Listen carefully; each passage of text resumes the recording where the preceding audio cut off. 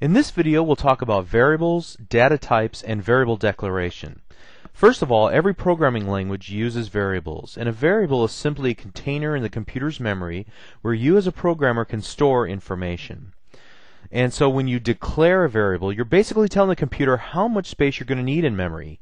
And the way that you do that is by telling it the type, the data type of the information that you plan on storing there. So are you going to store long numbers or short numbers? Are you going to store strings like alphanumeric characters? Are you going to store dates or money? And so this is the reason that you have to declare or dimension a variable in order to set up the amount of space in memory that your application needs to store information. Okay, so let's get started. What I'm going to do is double click the button 1 in order to get the event stub for the click event. And then let's go ahead and declare our first variable. Alright, int counter, and then obviously I want to use the line separator. So what I'm doing here is I'm telling my application, I'm telling .NET that I want to create a space in memory that will hold an integer value. Now if you take a look in the workbook lesson number 7, you can see that I've got a little table in there about data types, and that the int data type can hold numbers between a negative 2.1 billion to a negative or to a positive 2.1 billion. So an example would be like 123 that we could put in here. The next part of the variable declaration is the name of the variable. In this case I called it counter. I can name this anything I want to, but in this case I may want to count how many times something in my application occurs. And so this brings us to a best practice, and that is that you should choose variable names that are descriptive of their purpose. And what this will lead to is self-documenting code that explains itself when you look at it. I could have just named this something like CTR, or I could even name something, name it as I, or any non-reserved keyword, and it would have worked just fine. But when I'm able to use a full word that is a little more descriptive of what I'm going to use this variable for within my application. Okay, before I go any further, let's just talk about one question that's commonly asked, and that is, do you have to dimension a variable in C#? Well, if you've ever used Visual Basic before, you were able to get away with not dimensioning a variable, but unlike Visual Basic, at least the older versions, you must dimension a variable in C#. You have no choice. But this is not a bad thing, because C# won't let you make a mistake by allowing you to create variables on the fly. That was one of the biggest problems with Visual Basic, and why they introduced the option explicit keyword into the programming language. So that's a little bit background in case you're trying to figure out, do you really need to dimension variables within C#? Let's briefly talk about another way that that Visual Basic is different than C#. And this will lead us to a discussion about type conversion. Let's do this for a second. We've been using the message box quite a bit up to this point, so let's go messagebox.show and then counter. So let's grab the value of counter. In fact, let's set the value of counter equal to 3. Okay. So now what should show up in the message box is the number 3. So let's run our application and see what happens. And what will happen is we'll get an exception. And the problem here is that you cannot convert an integer to a string. So we have a type conversion problem. What happens here is that the messagebox.show method is expecting a string to be used here in its little parameter. But we have an integer. And so what we need to do is convert one data type, in this case our counter that is currently an integer, and convert that to a string value. And a string, again, is just alphanumeric characters. They're not used in calculation, so you can't add strings together and get like a reliable output like 2 + 2 = 4. It might come out with something completely unreliable in that case.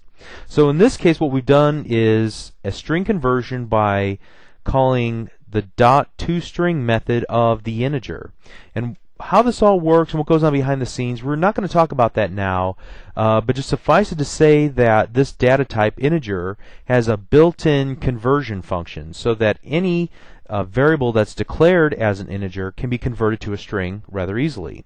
So now that we've made that change, let's go ahead and run this application again.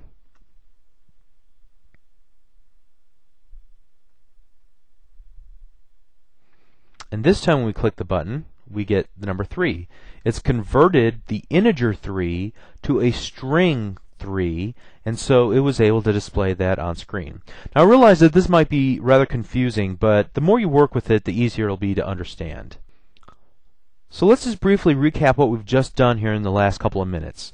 First of all, we created a new variable of type integer called counter. We assigned a value to counter, counter equals 3, and then we displayed the value of counter in a message box by converting it from an integer to a string, which we could then pass to the show method of the message box object. So let's play with data types and declaring variables a little bit more. I'm going to declare another variable. This time it's going to be of type string, and I'm going to call this name. Okay? And so let's set name equal to Bob. Okay? And now let me show you that you can do something like this.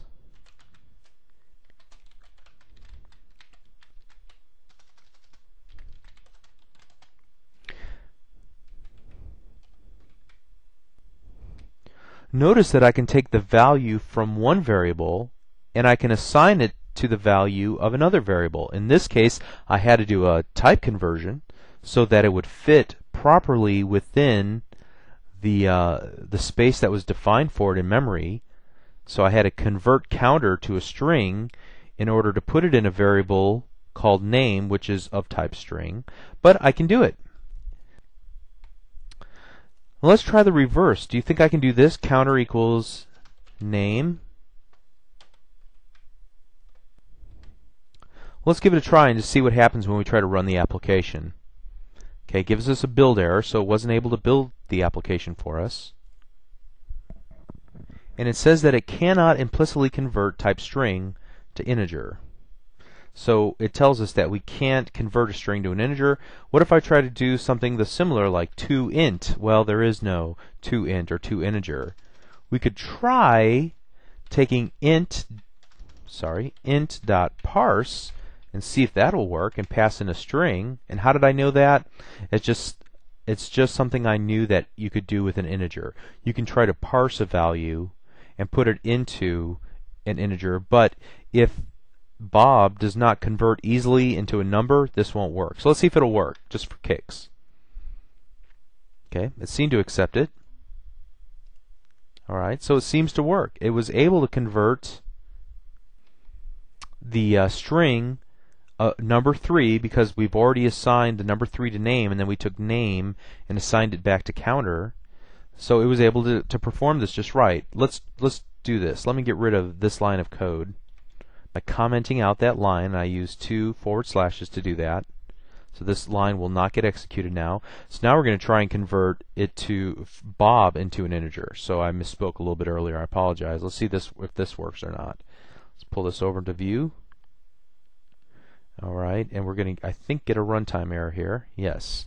It says that input string was not in a correct format. So essentially it cannot convert Bob into an integer.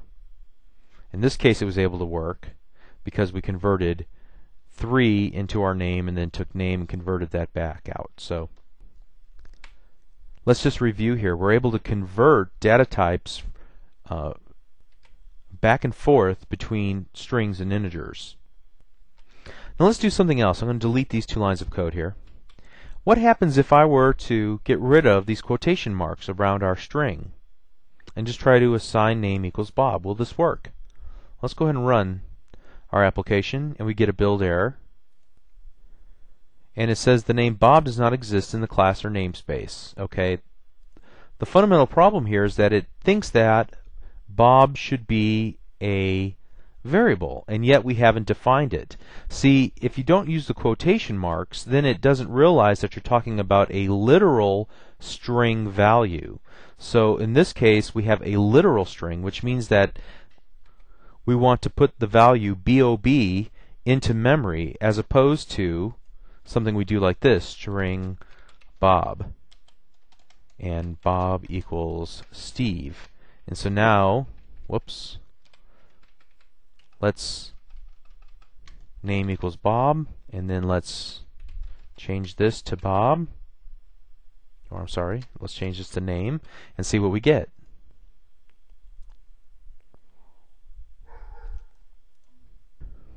So why didn't it print the value Bob? Well, because Bob is just a variable name. The literal value Steve was what was actually printed out to our application. So let's go ahead and get rid of this and get rid of this, and then add the quotation marks back. Now we've changed this back to a literal string, and then let's run the application, and we get Bob again. Okay, so that's the difference between a variable, at least the way that C# recognizes it, and a literal string. It's by the use of our quotation marks. Okay, finally, let's just ask the question that needs to be asked. Why do we need so many different data types? And we've only reviewed 2 data types within this video, but if you look in the lessons for lesson 7, you'll note that I've listed probably about half a dozen or so, and there's probably 20 other data types that are available to you in C#. Why so many data types? And the reason is because we have different data needs. How will the application use the data? Will it try to add the data together? Will it try to display the data? Will it try to put the data in a database? All these things are factors in determining which data type to choose. But there's a pretty easy process to figure out what the right data type is, and that is that you should always use the smallest possible data type that still allows you to accomplish everything you need to with that particular data type or that particular variable. So in the case of a phone number, would you use an integer value or would you use a string value? Well, an integer value probably wouldn't work because you might have extra characters like alphanumeric characters. So that simply would rule out the use of an integer. In terms of currency, would you use a string for currency? Probably not, because you may need to add currency together, and you can't add 2 strings together like 10 cents and 15 cents and then expect to get 25 cents out. So that's one of the reasons why that you want to consider which data type. You want to use the smallest possible data type, but a data type that still allows you to do everything you need to do for your particular application in order to make things get things to work appropriately. Now, I have purposefully oversimplified this topic. There's actually a lot of reading that you need to do. If you take a look at the extended reading sections for lesson number 7, you'll see that I've listed like 4 links there. And you really need to spend a lot of time. And yes, it's going to be challenging reading because one of the most challenging things about C# is the fact that the documentation is written in a more mathematical or scientific way than maybe the Visual Basic documentation. So this is one of the reasons why C# is a little bit harder to understand. It goes into more depth, and there's a lot more to this topic. So I just want you to understand that this is a very, very high-level overview of data types and how to select the right data type, how to declare variables, how to cast or how to convert one data type into another data type, and so on. So I trust that you'll do that before you move on to lesson number 8. Thank you.